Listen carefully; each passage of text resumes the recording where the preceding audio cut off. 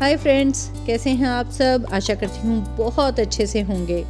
This is Swati, welcome to nature treasure. अब बहुत ठंड है, बेहद धुंध है, सब जो है आसपास कोहरा छाया हुआ है। बिल्कुल सामने वाली बिल्डिंग भी दिखाई नहीं दे रही है। बेचारा एक क्रो बैठा है यहाँ पे और इतनी ज़्यादा धुंध है ना, सभी प्लांट्स बहुत मुश्किल में हैं। 15 दिन से इनको धूप नहीं दिखी है।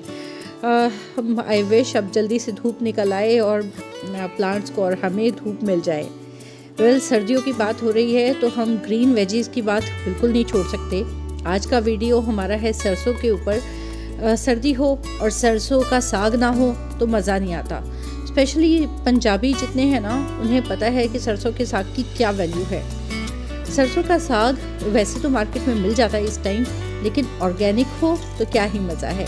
आप घर पे भी बहुत अच्छे से उगा सकते हो सरसों का साग। लश ग्रीन आपकी पत्तियां जो है वो आपको घर पे मिल जाती हैं, बहुत अच्छे से उग जाता है। अच्छा, हम लोग जो साग बनाते हैं ना, हम पत्तों का साग नहीं बनाते हैं, हम बनाते हैं उसकी स्टेम का। डंठल भी उसमें बहुत इम्पॉर्टेंट पार्ट होता है और मेन होता है आप सरसों ऐसी उगाओ कि जिसमें मोटा मोटा इसका जो है स्टेम हो, उसकी डंठल मोटी हो। तो वो कैसे उगाना है। मस्टर्ड सीड आपके घर में, हर किसी के घर में अवेलेबल होते हैं, लेकिन देखिए इसमें मैंने लौंग डाल के रखे ताकि ख़राब ना हो।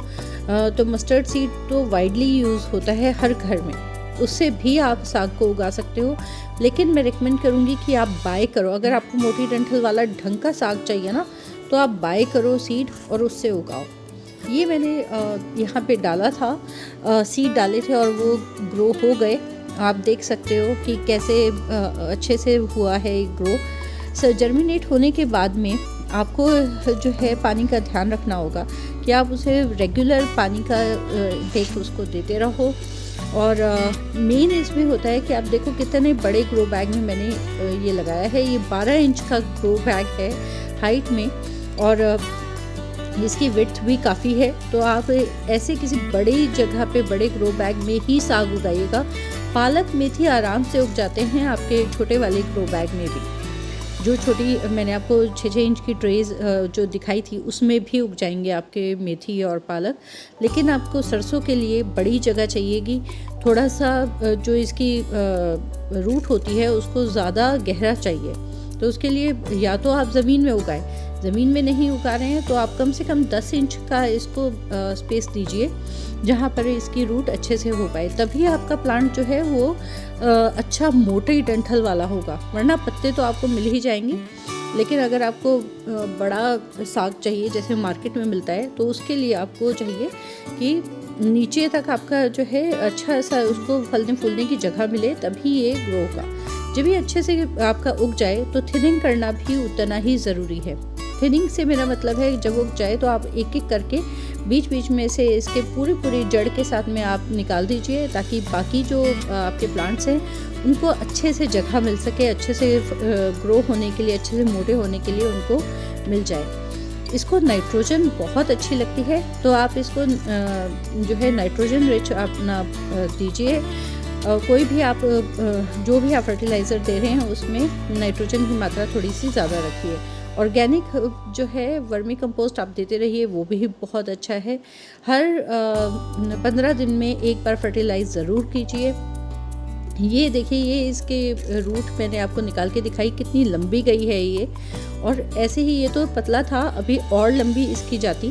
तो ऐसे ही इसको जो है बहुत अच्छी डीप मिट्टी चाहिए। पेस्ट का नॉर्मली इसमें खतरा नहीं रहता है, नॉर्मली कीड़ा नहीं लगता है, पर अगर फिर भी आपको लगे तो आप इस पे नीम स्प्रे कर सकते हैं। आप इसको जो है आपकी लीव्स आप ध्यान रखिए पीली पड़ने लगे तो ऊपर से आप इसके कट करते रहिए। कट करना ऊपर से बहुत ज़रूरी है, अदरवाइज़ वो सीडिंग पे आ जाएगी और उसके बाद ये आपका डंठल मोटा नहीं होगा। ऊपर से जब आप इसको कट कर देंगे तो ऊपर से आपको सीडिंग पे नहीं आने देना है, इसलिए आपको इसका पानी का बहुत ध्यान रखिएगा। पानी ज़्यादा होगा तभी इसके जो पत्ते हैं वो अच्छे होंगे, बड़े होंगे। और इतना भी नहीं देना कि ये गल जाए, लेकिन हमेशा मॉइस्ट रहे, ऐसा ध्यान रखिएगा। और साथ में ऊपर से कटिंग करते रहिए ताकि ये सीडिंग पे ना आए, जिससे आपकी डंठल जो है वो मोटी होती जाएगी और काफ़ी अच्छा आपको साग मिल जाएगा।